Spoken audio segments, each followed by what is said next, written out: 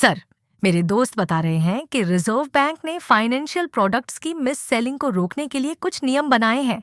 यह क्या है और हम कैसे सेफ हो जाएंगे? हाँ, इस बारे में मेरे पास बहुत कॉल्स आ रही हैं। फरवरी 2026 में आरबीआई ने ड्राफ्ट गाइडलाइंस बनाई हैं जो 1 जुलाई 2026 से लागू होंगी। आरबीआई, सेबी और आईआरडीए पूरी कोशिश करते आ रहे हैं कि बैंकिंग प्रोडक्ट्स, म्यूचुअल फंड्स और इंश्योरेंस में मिस सेलिंग ना हो, मतलब गलत प्रोडक्ट्स न बेचे जाएं। अफसोस इस बात का है कि इतनी सब कोशिशों के बावजूद फाइनेंशियल मार्केट में बहुत मिस सेलिंग हो रही है। अपने फायदे के लिए या अपने टारगेट्स पूरे करने के लिए बहुत गलत तरीके से फाइनेंशियल प्रोडक्ट्स बेचे जा रहे हैं। नुकसान कस्टमर्स का हो रहा है।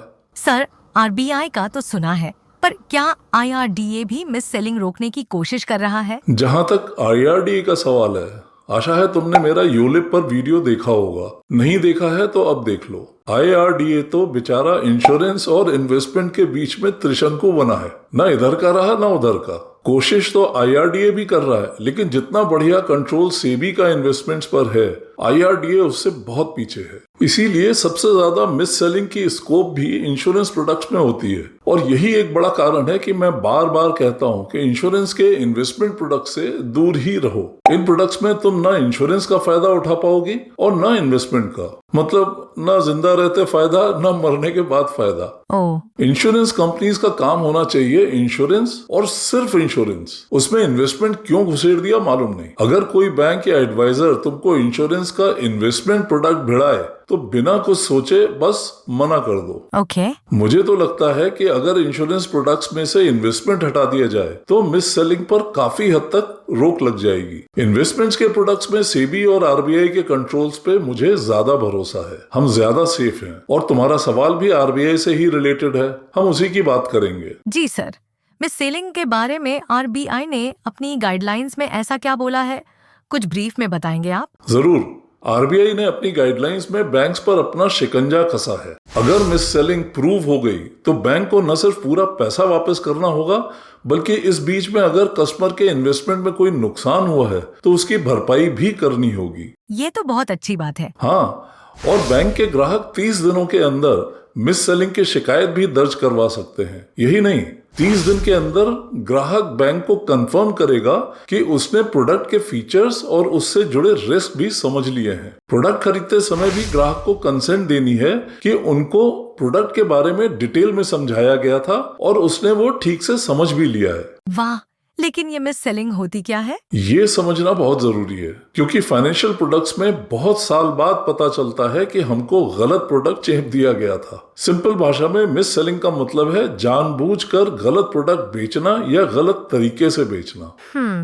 आरबीआई ने अपनी गाइडलाइंस में मिस सेलिंग की डेफिनेशन भी दी है, जैसे किसी ग्राहक को ऐसे प्रोडक्ट्स बेचना जो उसको सूट न करते हों, यानी ऐसे प्रोडक्ट्स बेचना जो ग्राहक की उम्र, उसकी इनकम, उसकी फाइनेंशियल लिटरेसी या रिस्क प्रोफाइल में फिट नहीं बैठते हैं। अच्छा। बैंक के डॉक्यूमेंट्स में हिडन क्लॉजेस होना, मतलब प्रोडक्ट के बारे में इनकम्प्लीट या गुमराह करने वाली इंफॉर्मेशन देना, ये भी मिस सेलिंग में आता है। डिटेल में प्रोडक्ट को न समझाना, प्रोडक्ट के बारे में प्लस पॉइंट्स बताना लेकिन उनके नेगेटिव्स छुपा देना, या किसी ऐसी भाषा में लिखना कि कस्टमर को आसानी से समझ में ही ना आए, जिससे कस्टमर इंप्रेस होकर प्रोडक्ट खरीद ले। टर्म्स एंड कंडीशंस का ट्रांसपेरेंट ना होना, गोलमोल भाषा में लिखा जाना, बिना कस्टमर की कंसेंट के उसको प्रोडक्ट भिड़ा देना, और तो और प्रोडक्ट्स का पुलंदा बनाकर बेचना, मतलब बंडलिंग ऑफ प्रोडक्ट्स।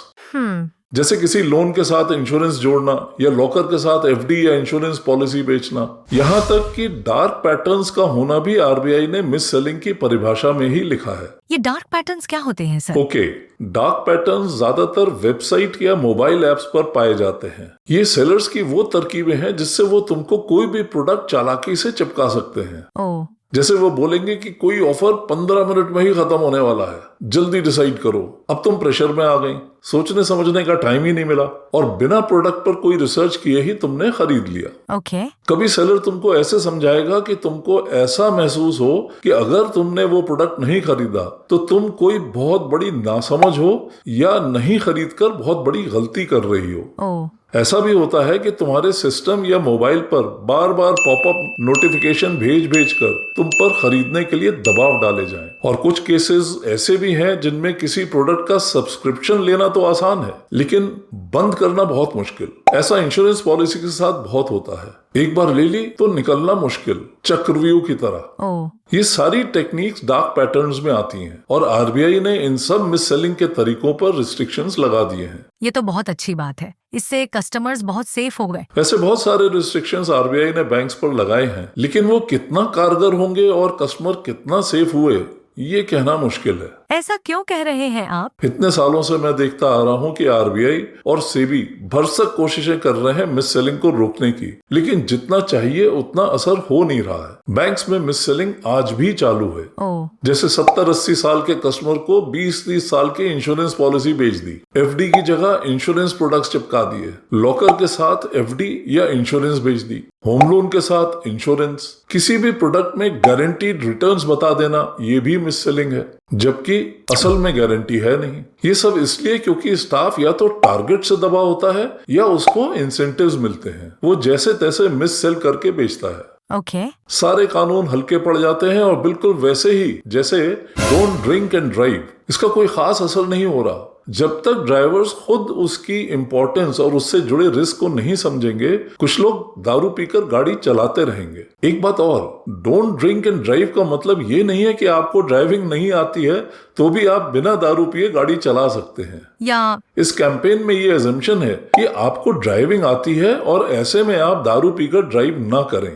इसी तरह से फाइनेंशियल प्रोडक्ट्स में भी जब तक कस्टमर खुद को फाइनेंशियल प्रोडक्ट्स में एजुकेट नहीं करेंगे, किसी भी कड़े से कड़े कानून का असर कम होगा और मिस सेलिंग बहुत आसानी से होती रहेगी। खरीदने वाले को धनी और पुदीने का फर्क नहीं मालूम तो बेचने वाला कुछ भी भिड़ा देगा। हमने मंगाई सुरमेदानी, ले आया जालिम बनारस का जर्दा। गलती तो पान खाए सैया की है, बेचने वाले की तो नहीं। आरबीआई का कंट्रोल बैंक्स पर है तो वो उन पर ही कानून बना रहा है कि भैया ईमानदारी से बेचो, सही प्रोडक्ट बेचो, कस्टमर को चीट नहीं करो, उसके फायदे की ही बात करो।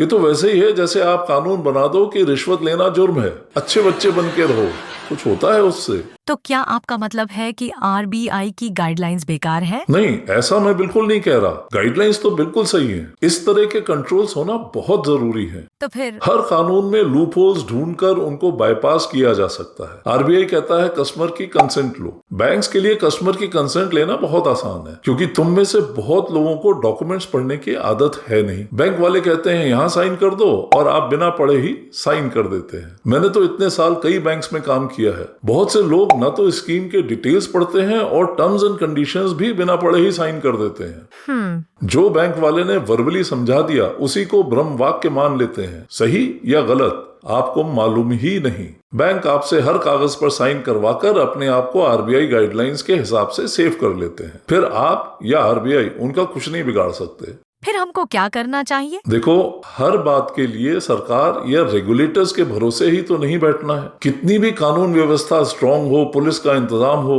लेकिन आप कहीं बाहर जाते हो तो घर में ताला लगा के जाते हो। वैसे ही आरबीआई के कंट्रोल को इफेक्टिव बनाने के लिए कस्टमर्स की जागरूकता भी उतनी ही जरूरी है। कस्टमर्स को भी मालूम होना चाहिए कि वो क्या खरीदने निकला है। मतलब? मैं एक एग्जाम्पल से समझाता हूँ। मान लो किसी बैंक ने अपने कस्टमर को म्यूचुअल फंड की कोई स्कीम बेची और बिल्कुल जेन्युइनली आरबीआई की गाइडलाइंस के हिसाब से बेची। ओके। अब 30 दिन के अंदर कस्टमर को उस स्कीम पर फीडबैक देना है। जिन लोगों को म्यूचुअल फंड का आइडिया नहीं है, अगर उनका पैसा 30 दिन में नेगेटिव हो गया तो वे तो भड़क जाएंगे कि उनको गलत प्रोडक्ट दे दिया या गलत स्कीम दे दी गई। उनको अंदाज भी नहीं है कि म्यूचुअल फंड की स्कीम्स को 30 दिन में नहीं आंका जाता कि वो गुड, बैड या अगली है। वे बेचारे तो अभी तक बैंक की एफडी में ही डालते आए थे और उन्होंने तो हमेशा पैसे को बढ़ते ही देखा था, ऊपर नीचे होते नहीं। ऐसे में बैंक का दोष नहीं, ये तो कस्टमर की अज्ञानता है। लेकिन आरबीआई ने यह भी तो कहा है कि बैंक्स अपने कस्टमर्स को एजुकेट करें, स्कीम के बारे में उनको सब बताएं। हाँ, कहा तो है, लेकिन तुमको क्या लगता है ये काम आसान है? किसी भी स्कीम के बारे में बताने से पहले कस्टमर को ये समझाओ कि एफडी और इन्वेस्टमेंट में फर्क क्या है। फिर समझाओ कि म्यूचुअल फंड क्या होता है, कितने तरह के होते हैं, उनमें आपस में फर्क क्या है, म्यूचुअल फंड उनके लिए क्यों सही या गलत है, दूसरे इन्वेस्टमेंट ऑप्शन से कंपेयर करके बताओ। फिर पर्टिकुलर स्कीम के बारे में समझाओ, अलग अलग एएमसी की सिमिलर स्कीम्स का कंपैरिजन समझाओ, फिर कस्टमर का प्रोफाइल समझो और तब ये समझाओ कि वो प्रोडक्ट क्यों उनके लिए माफिक होगा। इस सब के लिए घंटे नहीं, कई दिन चाहिए। मैं खुद देखता हूँ कि जब मैं लोगों को इन्वेस्टमेंट्स के बारे में समझाता हूँ तो कई कई दिन, हफ्ते और कभी कभी तो महीने भी लग जाते हैं। बैंक्स कोई ट्रेनिंग सेंटर्स नहीं है, वो एक ऐसा आउटलेट है जहां बहुत तरह के फाइनेंशियल प्रोडक्ट्स मिलते हैं, किसी सुपरमार्केट की तरह, जहां आप जब घुसते हैं तो आपको मालूम होता है कि आपको क्या खरीदना है। अब अगर आपको दुकानदार इंडक्शन कुकटॉप की जगह इंफ्रारेड कुकटॉप भिड़ा रहा है तो आपको इतना फर्क तो मालूम होना चाहिए। आपकी गलती भी तो बनती है। हाँ, वो तो है। कस्टमर जब बैंक में घुसता है तो क्या वो ये सोच के घुसता है कि वहां कोई म्यूचुअल फंड्स या इंश्योरेंस की कोचिंग क्लासेस चल रही हैं? कम से कम जो म्यूचुअल फंड्स और इंश्योरेंस के बेसिक्स हैं वो तो उनको मालूम होने चाहिए। अरे उस बेचारे को तो रिस्क का मतलब भी नहीं मालूम, और वो उन लोगों से ट्रेनिंग लेने की सोच रहा है जिनकी चालाकियों से उसे बचना है। वो इसे बैंक की जिम्मेवारी समझ रहा है कि बैंक उसको अलग अलग स्कीम्स के बारे में सही से समझाए। दोनों का इंटरेस्ट क्लैश हो रहा है। ऐसे में कस्टमर को इतना तो आइडिया होना जरूरी है कि बैंक सही बेच रहा है या मिस सेल कर रहा है। हाँ, अगर बैंक वाले जानबूझकर गलत प्रोडक्ट चेप रहे हैं तो उनकी गलती है, लेकिन वो प्रूव करना इतना आसान नहीं है। तो ये कैसे पता चलेगा कि जानबूझकर गलत प्रोडक्ट दिया गया है या नहीं? इसके लिए भी आरबीआई ने अपनी गाइडलाइंस में कहा है कि कोई भी इन्वेस्टमेंट प्रोडक्ट बेचने से पहले कस्टमर की प्रोफाइल देखना बहुत जरूरी है। वो कैसे देखते हैं सर? ये भी मैं एक एग्जाम्पल से समझाता हूँ। ओके। तुम जब किसी बीमारी के इलाज के लिए डॉक्टर के पास जाती हो तो पहले वो तुम्हारी तकलीफ के बारे में समझता है, फिर तुम्हारे बारे में पूरी जानकारी लेता है, तुम्हारी फैमिली हिस्ट्री, तुम क्या काम करती हो, तुम्हारा लाइफस्टाइल क्या है, तुमको किसी चीज से एलर्जी तो नहीं है, वगैरह वगैरह। फिर तुम्हारे टेस्ट कराता है और फिर डायग्नोस करके तुमको दवा प्रिस्क्राइब करता है। ओके। बिल्कुल वैसे ही इन्वेस्टमेंट का कोई भी प्रोडक्ट सजेस्ट करने से पहले बैंक वालों को या किसी एडवाइजर को भी तुमको पूरी तरह से डायग्नोस करना चाहिए। उस डायग्नोसिस से तुम्हारी प्रोफाइल निकल कर आती है और उसी से तुम्हारी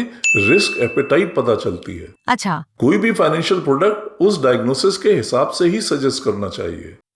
बहुत से बैंक वाले या तो ये जानते नहीं है या प्रोडक्ट बेचने की जल्दी में होते हैं, इसलिए इन बातों पर टाइम खर्च नहीं करते हैं। उनको ये समय की बर्बादी लगता है। तुम खरीद के आगे बढ़ो तो मैं अगला मुर्गा देखूं। अगर कोई बैंक वाला तुमको बिना डायग्नोस किए तुमको कोई प्रोडक्ट सजेस्ट कर रहा है तो ये मान के चलो कि तुम किसी डॉक्टर से नहीं, एक केमिस्ट से इलाज करवा रही हो जो बिना हाल सुने, बिना डायग्नोस किए तुमको दवा दे रहा है। तुम खुद सोच लो कि ऐसे प्रोडक्ट्स खरीदने से तुम्हारा पैसा और तुम्हारा फाइनेंशियल फ्यूचर दोनों खतरे में आ गए। तो ऐसे में हमें क्या करना चाहिए? मैं ये तो नहीं कहूंगा कि तुम बिना नॉलेज के सेल्फ मेडिकेशन करो या अपना इलाज करने के लिए तुम जाकर एमबीबीएस करो।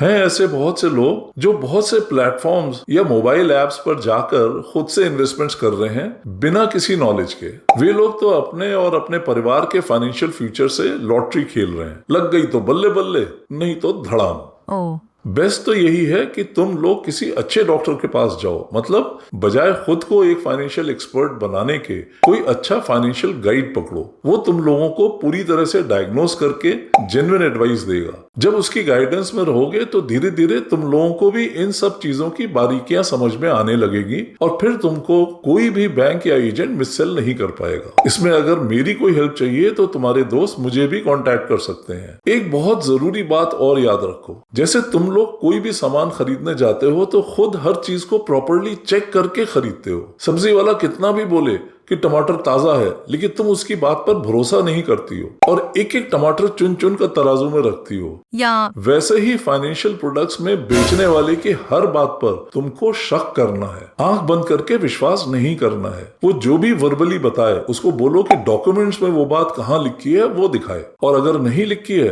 तो वो अपने ऑफिशियल ईमेल आईडी से एडवाइस करे। ओके।